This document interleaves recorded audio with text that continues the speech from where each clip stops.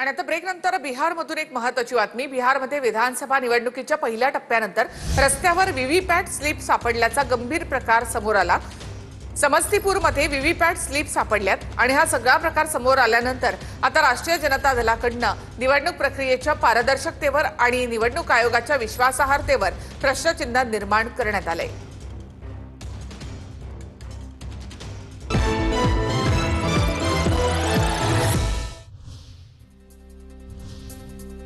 नमस्कार, मी रुशाली यादव सारंग। या बुलेटिनमध्ये आपण टॉप 9 घडामोडींचा आढावा घेणार आहोत। सुरुवातीला पार्थ पवार जमीन प्रकरणासंदर्भातल्या टॉप 9 बातम्या पाहूयात। जमिनीचा व्यवहार करणाऱ्यांवर गुन्हा दाखल, कारवाई नियमानुसारच, कुणालाही वाचवण्याचा आमचा प्रयत्न नाही। पार्थ पवारांवर गुन्हा दाखल न करण्याबाबत फडणवीसांची स्पष्टोक्ती। त्या संदर्भातल्या ज्या काही अनियमितता आहेत त्याला जो कोणी जबाबदार असेल त्याच्यावर पुढची कारवाई होईल। याची किती व्याप्ती आहे, अजून कोण कोण याच्यामध्ये आहेत, या संदर्भातली सगळी माहिती मिळेल आणि मग त्यानुसारच पुढची कारवाई ही केली जाईल। जमीन गैरव्यवहार प्रकरणामध्ये पार्थ पवारांवर गुन्हा का दाखल नाही, राज्याचे गृहमंत्री फडणवीसच सांगू शकतील, शरद पवारांची प्रतिक्रिया। व्यवहार झाला ते माहिती नव्हतं, माहिती असतं तर हा व्यवहारच होऊ दिला नसता। अजित पवारांचं पार्थ पवार जमीन प्रकरणावर स्पष्टीकरण, तर मुख्यमंत्र्यांनी याबाबत अतिशय कडक भूमिका घेतली आहे, योग्य ती कारवाई सुरू, अजित पवारांची माहिती। कुटुंब आणि राजकारण या दोन वेगळ्या गोष्टी, सुप्रिया सुळेंनी वैयक्तिक मत मांडलं, शरद पवारांची प्रतिक्रिया। पार्थ पवार जमीन गैरव्यवहार प्रकरणी सुप्रिया सुळेंच्या मवाळ भूमिकेमुळे पक्षांतर्गत नाराजीच्या होत्या चर्चा। दरम्यान या प्रकरणाची चौकशी करून वास्तव समाजासमोर ठेवलं पाहिजे, शरद पवारांकडून भूमिका स्पष्ट। पुणे जमीन व्यवहार प्रकरणातील आरोपी शीतल तेजवानी 300 कोटी घेऊन परदेशात फरार झाल्याची माहिती। शीतल तेजवानीवर 2 गुन्हे दाखल, जमिनीचे व्यवहार करण्यासाठी पॉवर ऑफ अटर्नी दिल्याचा आरोप। पक्षचोरी मतचोरी नंतर आता जमीनही चोरायला निघालेत, मुख्यमंत्री समिती नेमणार, क्लीन चिट देणार आणि मग विषय संपला। पार्थ पवार जमीन व्यवहार प्रकरणावरून उद्धव ठाकरेंची टीका।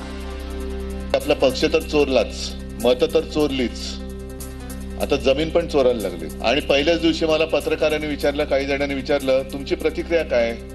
म्हटलं कशाला देऊ प्रतिक्रिया, काहीच होणार नाही याच्यामध्ये।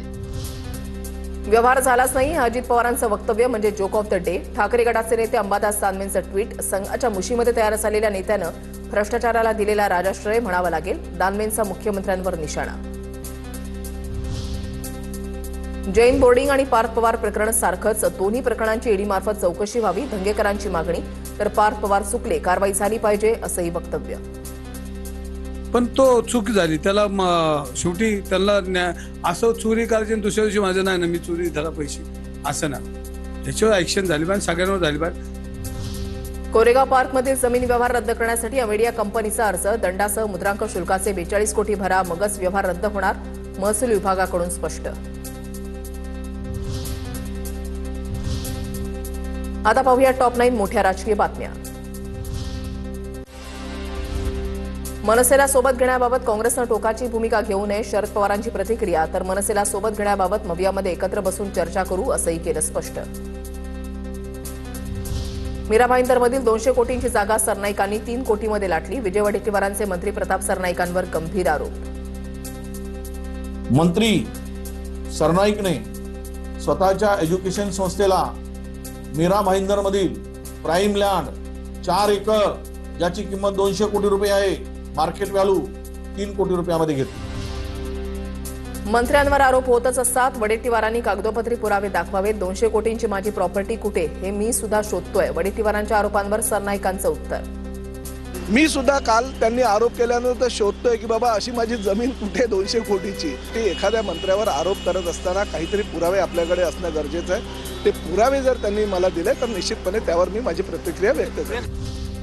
वडेट्टीवार फक्त मीडियामध्ये बोलतात, त्यांनी तक्रार दिली तर त्याबाबतही चौकशी करू, सरनाईकांचा जमीन व्यवहार केल्याच्या वडेट्टीवारांनी आरोप केल्यानंतर बावनकुळेंचे संकेत।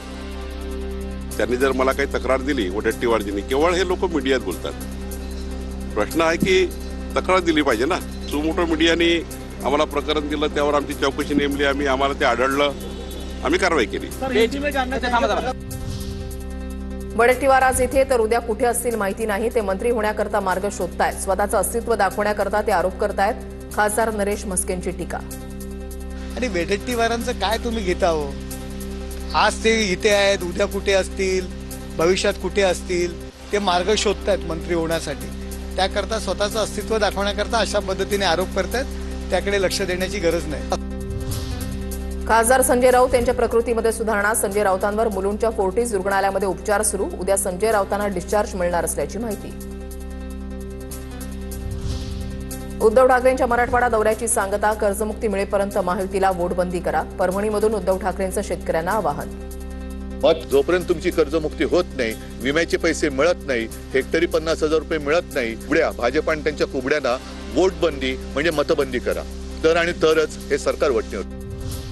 मोह आणि चंद्रकांत पाटलांच्या दोन वेगवेगळ्या टोळ्या. रवींद्र धंगेकरांचा गंभीर आरोप. तर गुन्हेगार चंद्रकांत पाटलांच्या मिरवणुकीमध्ये नाचतात. माझ्याकडे व्हिडिओ. धंगेकरांचा मोठा दावा. मोहळांची टोळी वेगळी आणि दादांची टोळी, कारण दोन टोळीमध्ये वर्चस्वाची आता परत तिथं लढाई आहे. ह्या दोन टोळ्या आता बघितल्या पाहिजे. आता ही सगळी माहिती घेतली. मग आता सगळे आजूबाजूला कोण दिसतं ते दिसतं. जानेवारी अखेरपर्यंत निवडणूक होणार. त्यानंतर महामंडळांचं वाटप. अजित पवारांचं महामंडळ वाटपावर मोठं विधान. 3 पक्षांचं सरकार आहे. ज्यांना संधी मिळणार नाही त्यांना समित्यांवर संधी देईन असंही केलं आश्वस्त. सगळी महामंडळ, सगळ्या समित्या आणि डीपीसीचे मेंबर साधारण जानेवारी 8 पर्यंत सगळ्या निवडणुका संपल्यानंतर आपण करणार आहोत. आता पाहूया टॉप 9 राजकीय बातम्या.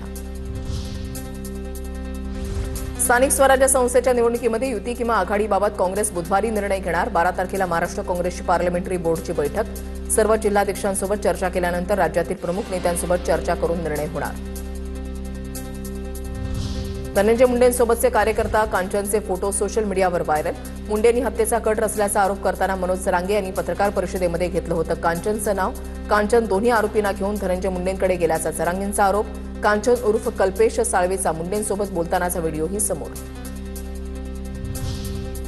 धनंजय मुंडेंनी आता नार्को टेस्टला सामोरं गेलंच पाहिजे. राष्ट्रवादी शरद पवार पक्षाचे आमदार संदीप क्षीरसागर यांची प्रतिक्रिया. आरोपींना बळ देणारे कोण, सखोल तपास करा. मनोज सरांगेंची भेट घेतल्यानंतर क्षीरसागर यांची मागणी. म्हणजे आमची लोकप्रतिनिधीमधून हीच मागणी राहील की या गुन्ह्यासंदर्भातली सखोल चौकशी ही झाली पाहिजे. किंवा जी काही समोरचे लोक मागणी करतात ते नार्कोटेक्सची स्वतःच बोललेले, त्याच्यामुळे ते नार्कोटेक्सला समोर ते गेलेच पाहिजे. आता राज्य अल्पसंख्याक आयोग कॅबिनेट मंत्री नितेश राणे यांना नोटीस पाठवण्याच्या तयारीत. वारंवार द्वेषाची भाषा वापरतात. नोटीस पाठवून खुलासा मागवणार. राज्य अल्पसंख्याक आयोगाचे अध्यक्ष प्यारे खान यांचं वक्तव्य. कुंभमेळाव्यात मुस्लिमांना दुकानं न देण्याचं वक्तव्य होण्याची चिन्ह. सोसायट्यांसाठी कर्ज काढायचं, कर्जबाजारी व्हायचं आणि पुन्हा कर्जमाफीची मागणी करायची. मंत्री राधाकृष्ण विखे पाटलांचं वक्तव्य. मात्र चूक लक्षात येताच विखेंकडून सारवासारव. सोसायटी काढायची, कर्ज काढायचं, पुन्हा कर्जबाजारी व्हायचं आणि पुन्हा कर्जमाफीची मागणी करायची. आपण अनेक वर्ष काम करतो, त्यांची चिंता नाही. राधाकृष्ण विखेंच्या बोलण्याचा अर्थ वेगळा होता. यावेळेला कर्जमाफी झाल्यानंतर शेतकऱ्यांवर पुन्हा कर्ज होऊ नये यासाठी विखेंचं वक्तव्य होतं. विखेंच्या वक्तव्यावर बावनकुळेंची प्रतिक्रिया. विखे पाटलांचा बोलण्याचा वेगळाच त्या ठिकाणी म्हणणं होतं. यावेळी जर कर्जमाफी आपण केली सरकारने, ते करणार आहे, पण त्यानंतर मात्र कर्जबाजारी होऊ नये याकरता राधाकृष्ण विखे पाटलांचं स्टेटमेंट होतं. मला पक्षाने नोटीस दिलेली नाही. चाकणकरांवरील वक्तव्यानंतर खुलासा मागितलाय. 7 दिवसामध्ये पक्षाला खुलासा देईन. अजित पवारांच्या भेटीनंतर रुपाली ठुमरेंची प्रतिक्रिया. यांच्या बाबतीत माध्यमावर वक्तव्य केलं, त्याचा खुलासा मला माझ्या पक्षाने मागितलेला आहे. त्यासाठी 7 दिवसाचा कालावधी आहे आणि त्या खुलासाला उत्तर किंवा जो खुलासा कायदेशीर आहे तो मी देणार आहे. मनोज सरंगे पाटील, वीरेंद्र पवार आणि गंगाधर काळकुटेंना मुंबई पोलिसांकडून नोटीस. मार्च महिन्यामध्ये दाखल करण्यात आलेल्या गुन्ह्याच्या तपासासाठी बजावण्यात आली नोटीस. 10 तारखेला पोलीस ठाण्यामध्ये हजर राहण्याचे आदेश. मुख्यमंत्री फडणवीस गडचिरोलीच्या दौऱ्यावर. सिरोंच्या मध्ये फडणवीसांच्या हस्ते रुग्णालयाच्या इमारतीचं भूमिपूजन तर विविध विकास कामांचं उद्घाटन.